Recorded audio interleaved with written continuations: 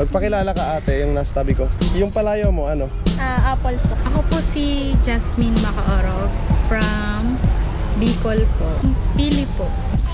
Diyos maray na aldaw sa Indo, mga Bicolano. Yes. Right. So, what's the reason behind you're not getting boyfriend? Actually, I have a boyfriend. Yes. Okay. Yeah. So you got a boyfriend. What's his name? His name is Christian J. Aliman. Sige, legal ka ba sa magulang mo na magkaroon ng boyfriend? Yes po. Okay. We're both legal. Kilala siya Naman po. Yes sa po. bawat side. Okay, good for you, no? Naman po. From Minalabak, Camarines Sur, Bicol. Galing ako dyan. Opo. Sa Maymila or banda? Okay. Naga? Ayan. Wala po akong boyfriend, but may ex po ako. Nag-ano kami. Ano siya. Pero okay pa naman po kami ng ex ko. Okay pa kami. Nag-chat-chat pa kami. Shout out sa'yo. Sana balikan mo na ako. Oh my God! Wow! Ayun, no? I think she's faithful enough para sa isang relasyon, no? Ako po si Gracia Landa Kumas from Payatas A, Quezon City. Habang nag-aaral ka ba, sinusuportahan ka ba ng boyfriend mo sa pag-aaral? Chinichil ka ba niya pag Hindi na po boyfriend, dati ex na po ngayon. Sige, tuloy. So, ba't puro ex? Love mo pa ba yung ex mo? 50-50. Kasi may minay din ng iba eh. 50-50. Usapang ex tayo pala karamihan. Ikaw may walang boyfriend? Meron. Merong ex. Ikaw naman wala talaga totally. May ex din. Lahat kayo may ex. So guys, ano pang hinihintay nyo? Para makamove on na sila. Yung mga binatang single dyan ng mga repa natin, andito lang sila. Ayan, yung isa nandito lang sa may EPM nyo na lang pag nakita nyo sa comment section. Mag-move on na kayo. Yes. Real talk. So, sa'yo, may nanliligaw ba ngayon? Actually, nung hindi pa naging kami ng boyfriend ko, marami pong nanliligaw. Pero nung nagkakilala na kami, parang unti-unti ko na silang, na hindi ko na sila parang tinutok, ganon. Tama, yun talaga yung dapat. May ine-entertain ka ngayon? Actually, wala na po. Wala na. Opo. Loyal Open po ka ako sa ba? kanya. So kahit ex na, loyal pa din? Hindi po. Sa kanya lang po. Open ka ba kapag may nangligaw sa'yo? Yes po, sure.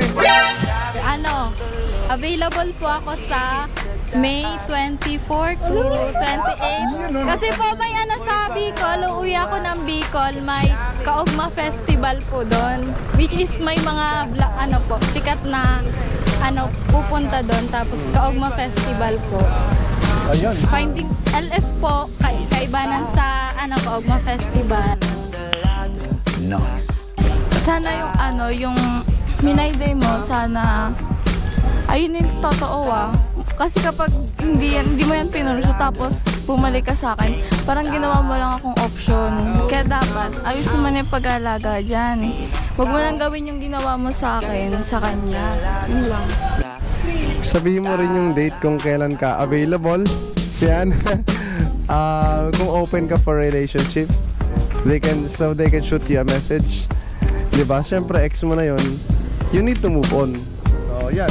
I-advertise nyo na yung sarili.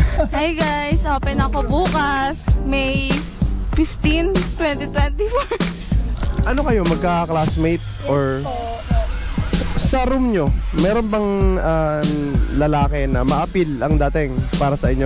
Or crush nyo? Ikaw muna. Okay lang kahit wala. Wala po. Actually, parang wala namang malakas appeal dun. Yun lang. Ikaw, ate. Sige, sino yan? Feeling pogi lang. Mark, tama na yan. Paawat ka naman. Mark De Vera. Papunga po sa sarili. Si Mark na yan. Si Mark De Vera. Siya pa din. Feeling pogi kahit may girlfriend na yan. Tabi sa akin kanina. Parang lahat ng babae nagkakagusto sa kanya. Yeah. Ay, baka gwapo naman kasi. Hindi po siya talaga pogi. May chance bang sagutin mo siya kung sakaling Hindi, kasi yung ugali niya talaga. mayabang? Ay, ayaw mo sa mayabang. Mayabang. Okay. Kahit sino naman Kahit po. sino. Wala naman sa mayabang, syempre. Pero alam niyo nung college ako, sobrang yabang ko. Oo. Pero may nagagusto pa rin. Top notcher ako sa school namin. Shout out kay Marilinda, kumusta nanay kong wala dito. Shout out kila Abigail Sumanting, kila Aldrin Sumanting, kay Kuya Nedge na laging nagaya sa amin mag-milk tea tuwing gabi. Thank you sa mga libre mo. Libreng milk tea, ayos yun ah. Ikaw ate, may nag-aantay ba sa'yo sa Bicol na sandal? Yung ex ko po. Tsaka. 2 beses na yan! Okay lang kung babalik siya. Okay lang po. Sana all.